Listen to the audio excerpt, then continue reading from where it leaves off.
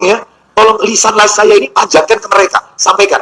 Ada enggak ajarannya Imam Syafi'i nyekar terus tahlilan 7 hari, 40 hari? Ada enggak ajarannya Imam Syafi'i? Kalau ada, saya minta kata-katanya Imam Syafi'i itu. Di kitab apa? Saya demi Allah saya bersumpah, saya Abu Aslam bersumpah atas nama Allah. Imam Syafi'i justru mengatakan itu perbuatan mungkar.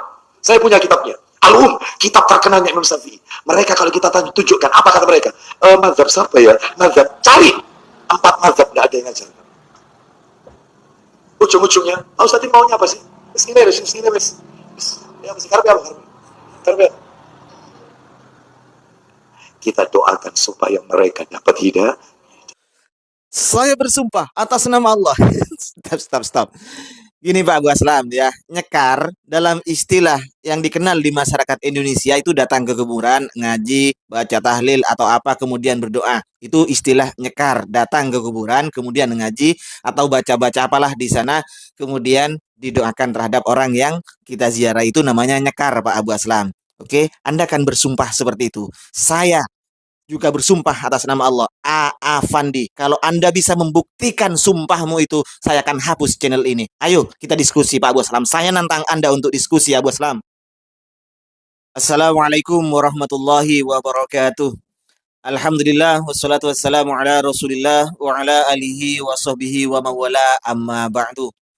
Kaum muslimin dimanapun berada, semoga Allah subhanahu wa ta'ala senantiasa memberikan rahmatnya, taufiknya, hidayahnya, maufirahnya, memberikan kelancaran rezeki dan kesehatan kepada kita semua. Amin. Allahumma amin. Pak Dilip Saibu, hebat. Saya acungi jempol untuk Anda. Keras, tegas, berapi-api. Awas jangan keluar apinya.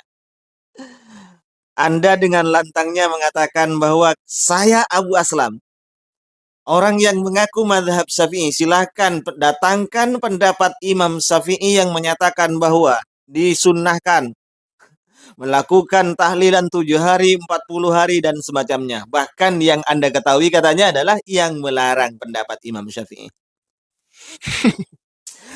Aduh, inilah Pak Abu Aslam As-Saibu. Yang Anda tantang itu adalah bawahan Anda. Bawahan Anda. Jamaah Anda yang mayoritas tidak bisa apa-apa. Yang mayoritasnya dari orang-orang yang tidak paham agama kemudian hijrah, minggat, menjadi jamaah Anda, termasuk Anda sendiri mungkin seperti itu, berapi-api di depan orang yang tidak tahu. Kalau memang Anda ingin mendatangkan seperti itu, coba datangkan seperti itu, ayo kita diskusi Pak. Pak Dilip Saibu, Anda kan Jawa Timur juga.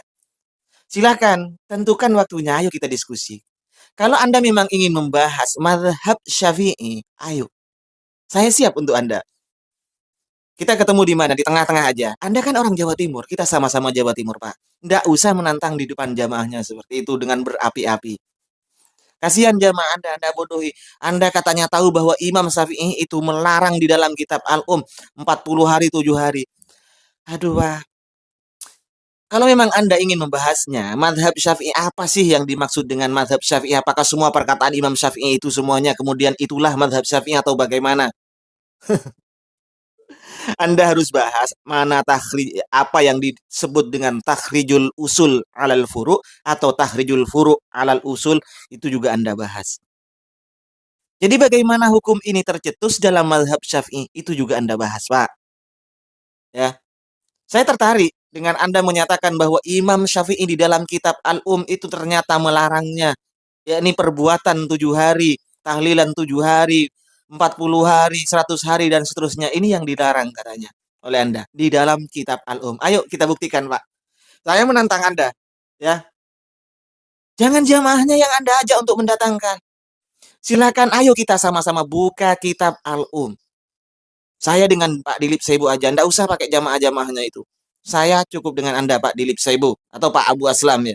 Kita sama-sama buka kitab Al-Um, kitabnya Imam Syafi'i, kita baca bersama. Mana yang menjelaskan bahwa Imam Syafi'i itu ternyata melarang tahlilan 40 hari, 70. Kalau jamaah Anda yang suruh Anda datangkan mana pendapat Imam Syafi'i yang seperti itu, ya Anda mungkin tahu, Pak. Apalagi Anda berbohong misalnya bahwa Imam Syafi'i ternyata melarang.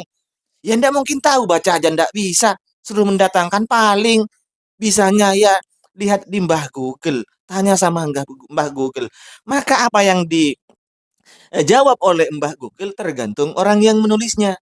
Kalau jamaah-jamaah Anda, ustadz-ustadz Anda yang menulisnya mungkin iya seperti itu. Dan diaminkan oleh Anda. Ayo gini Pak, kita kan sama Jawa Timur ya. Kita sama-sama orang Jawa Timur. Kita bertemu di mana? Di tengah-tengah yuk.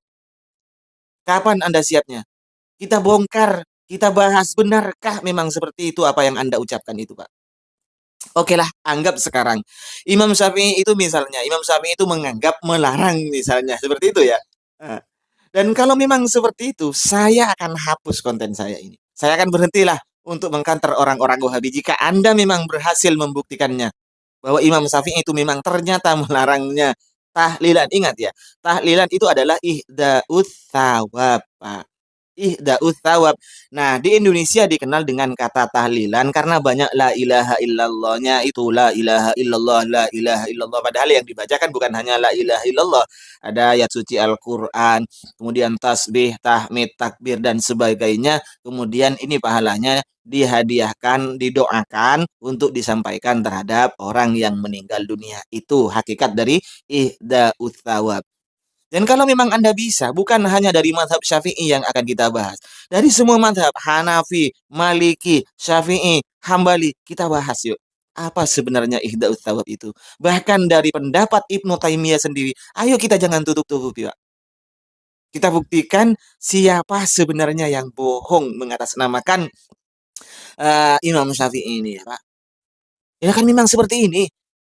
Orang-orang atau ustadz-ustadz dari Salafi Wahabi ini sering bawa nama-nama ulama untuk mengibuli, untuk membodohi jamaahnya itu. Yang mayoritas jamaahnya tidak bisa apa-apa itu.